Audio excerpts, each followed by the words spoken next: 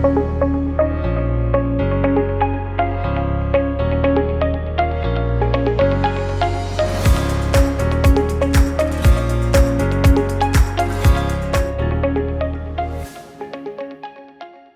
my dear friends, and welcome to the Cornerstone Podcast presented by Global Grace Ministries. I am Francis Wesso, and I'm excited you are taking the time to listen to our podcast. This is the second episode of the series Understanding Timings and Seasons. In our last episode, we talked about how it is crucial for us to follow the guidance of the Holy Spirit to make sure every major decision in our lives is on time with the plans of God for our lives. We also spoke about how God made everything beautiful in its time, and since we want our lives to be beautiful, we must work within God's timing. Today we will try to cover as much as possible about what the Bible tells us regarding the seasons of our lives. We know that God does not operate within the limitations of time, since He is eternal, but He created what we know as the universe, planet Earth, and men within the limitations of time. Go with me to the book of Genesis. We are going to read chapter 8 and verse 22. But before I read it, I gotta tell you that today I felt like reading from the New Living Translation, or the NLT. Most of the time I use the NIV, but for whatever reason today we'll be using the NLT. So go with me to Genesis 8:22. It says, "As long as the earth remains, there will be planting and harvest, cold and heat, summer and winter, day and night." Here God gives us a warranty that as long as the earth remains, its seasons are going to remain. When we talk about seasons in the natural, we're referring to each of the 4 seasons of the year: spring, summer, autumn or fall, which is my favorite season, and winter. They are marked by particular weather patterns and daylight hours, which is the result of Earth changing position with regards to the sun. But since we not only live in the natural world, but also in the spirit world, we need to understand that there are also seasons in the spirit. As we discussed last week, the spiritual seasons are different from natural seasons because they are not directed by Earth's position regarding the sun, but by God's plan for us. Hence, these seasons do not have a set length or time frame. Some of our spiritual seasons can last years, and others just weeks. Not always, but sometimes we can either extend or shorten our seasons. An example of this was the season of the children of Israel in the desert. God's plan A for them was for the season to last just a few days or maybe weeks at the most, but as we know, it lasted 40 years. Obviously, we do not want to force God to extend our seasons because of our disobedience, but since God is more interested in our growth and maturity than our comfort, we can indeed extend our seasons way beyond the original plan of God for our lives. That is why it is important that we discern each season so we obtain the maximum benefit of each season and have an understanding of when that season is coming to an end, which is extremely important. But before we go on talking about seasons, I need to make sure that we are all in the same page. Some of you might be wondering, what am I talking about when I speak about spiritual seasons? Go with me to the 3rd book of Ecclesiastics and let's start reading verse 1. We are going to read 8 verses of the chapter, which says, "There is a time for everything, and a season for every activity under the heavens, a time to be born and a time to die, a time to plant and a time to uproot, a time to kill and a time to heal, a time to tear down and a time to build, a time to weep and a time to laugh, a time to mourn and a time to dance, a time to scatter stones and a time to gather them, a time to embrace and a time from refraining from embracing, a time to search and a time to give up, a time to keep and a time to throw away, a time to tear and a time to mend, a time to be silent and a time to speak, a time to love and a time to hate, a time for war and a time for peace." In this book, King Solomon gives us a list of spiritual seasons. For lack of time, I am not going to cover all of them, but I want to talk about a few of them. Let's start with the first 2. Let's speak about the time to plant and a time to uproot. I gotta tell you that this is the first summer in which I have planted tomatoes, and I have gotten an amazing harvest. I am very happy about it. But before I could plant my tomatoes, since I live in an area where instead of dirt in my backyard, I have clay, I had to work very hard uprooting weeds and replacing clay with good soil. Since we're not talking about my garden, but about spiritual seasons, I need to tell you that in our lives, there are going to be seasons in which we will have to do much planting. Since we never plant for the present or the past, we always plant for the future. The seasons of planting require much faith and obedience. A season of planting in the Spirit is a season where you will work and will not see the fruit of your labor. It will be where God will ask you to bless others with your finances, your time, your love, and basically all kinds of resources. And depending on your spiritual maturity, this is a season where your faith will be tested, because usually your planting season is not a season of abundance. Here, I would like to share with you a couple of nuggets of wisdom I learned a long time ago. First, planting in the Spirit is a little bit different than planting in the natural. In the Spirit, most of the time you bless a person and you'll receive the harvest of that seed from another person. You might give an offering to children in Latin America and God will give you your harvest for that offering through your business or with a raise at work or even through other people here in the States. Also, we usually know the time it takes a seed to bear fruit in the natural, but that is not the same case in the Spirit. Sometimes you might plant a seed and it might take years for that harvest to come. Your harvest usually comes when you need it the most, which works in our favor. Another thing that I like to teach to people is that when you sow a seed, you need to sow your best seed. What does that mean? It means that you do not sow what you do not want. Please always give God your best. For example, if the Lord puts in your heart to sow clothing, never ever sow old raggedy things. The last thing you need is more rags. You always reap what you sow, so sow your best. If God asks me to sow my time, I make sure that the time I give Him is quality time. I do not give the Lord my time while I'm driving in traffic. I always make sure that I give God my best. David, the man after God's own heart, never gave the Lord something it did not cost him. He understood the principle of sowing and reaping, so please do your best.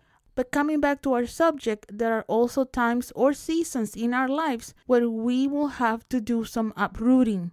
A few months after I got to Bible school, my mother got diagnosed with cancer. I had grown up in a denomination that taught me that we should always pray for God's will in our lives. That sounds godly, but I was used to praying things like, God, if it's your will to heal, please heal my loved one, but if not, help us understand your plan. Those prayers sounds good to the people praying it, but not to the person who is sick. Around the time my mother was diagnosed, I learned in class that we have authority over sickness and disease, that Christ paid the price on the cross for our healing, and that we should stand on God's promises to heal. My entire family prayed that way, and God healed my mother. That was only the beginning of my season of uprooting all kinds of erroneous teachings I had received in the denomination in which I grew up. I got to tell you, it was a hard time for me. It was hard to change because I had grown up with so much religion. But when that season was finally over, I was able to live in freedom. I've had a few more seasons like that throughout my life where God has uprooted my ways of thinking and has forced me to grow up. And my prayer is that He never stops doing that. I do not want to get stagnant in my knowledge of God. It is possible that you might be in a similar situation where the Holy Spirit is opening your eyes to freedom of religion. Or maybe you have been uprooted from a controlling situation. And even though it might be hard for you, it is for your own benefit. Change is hard, even when it's good. Let the Holy Spirit uproot everything that needs to be uprooted from your life in this season. Do not fight against what He's doing in your life, for you and in you. That will only extend the season, and neither the Holy Spirit nor you will enjoy that. The Bible also tells us that there are times in our lives to kill. This sounds dark and even ungodly, but I guarantee you it's not. There are different types of death. Catherine Kuhlman used to say, I've died 1,000 deaths, talking about the transformation that the Holy Spirit had done in her life in order to be His vessel. Child of God, you and I will also go through seasons of death. Remember that the psalmist tells us that even though we walk through the valley of shadow of death, we shall not fear evil, for he is with us. Sometimes we need to bring our dreams as sacrifices to the altar of God, like Abraham brought his son to the altar. Sometimes God asks us to kill those dreams. There are times that he resurrects what he killed, and others where he doesn't. But in those cases, he gives us new dreams. But no matter what, we can always trust him. If he is asking you to kill a negative relationship, please do not drag your pain. Put an end to it. I had to close a church many years ago. It was extremely painful to do it. I loved the people, and that church was my dream. That was a difficult season, but that season brought me to a beautiful season of healing. That, my friend, is the amazing thing about trusting God with our seasons. He knows what is good for us, and he never takes us from one season to another just to cause us pain. Yes, sometimes we experience pain, but there is no growth or healing without pain. In the process of me killing my dream of a church, God healed my broken heart, and he took away not only the pain of losing that church, but also the pain I have been carrying with me since I was a little girl. Once I was emotionally healthier, God gave me a bigger dream. So do not be afraid of killing whatever God is asking you to kill. A new season is on the horizon for you. There are also seasons to love, which in general are always pleasant, but you might be surprised at what God might be asking you to love. Some of you might feel stuck because God has asked you to love people who are hard to love. Do not forget that God asks us to love our enemies. So please do not confuse a season because it does not look like what you expected. I have a friend who got sent to a church that was full of very difficult people. She had nothing in common with them and could not understand why God had sent her there. In her words, to serve them was like trying to hug porcupines all day long. It was very painful, but God asked her to love them.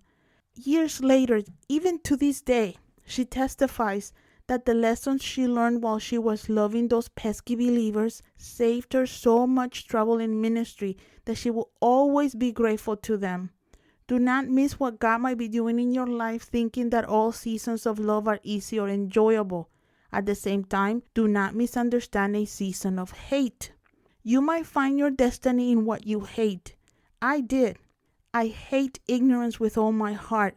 I have seen how much people suffer due to ignorance, and I have dedicated my life to teach and train believers. People are always asking me, how do I find my destiny? And I'm always telling them that we find our destinies in our passions. We find it in what we love and in what we hate. I hate abuse, especially in children, and that is why Global Grace is committed to helping children around the world. Sometimes the circumstances we hate compel us to find our destiny. A mother that hated the consequences of drunk driving in the 1980s created MUD, or Mothers Against Drunk Driving.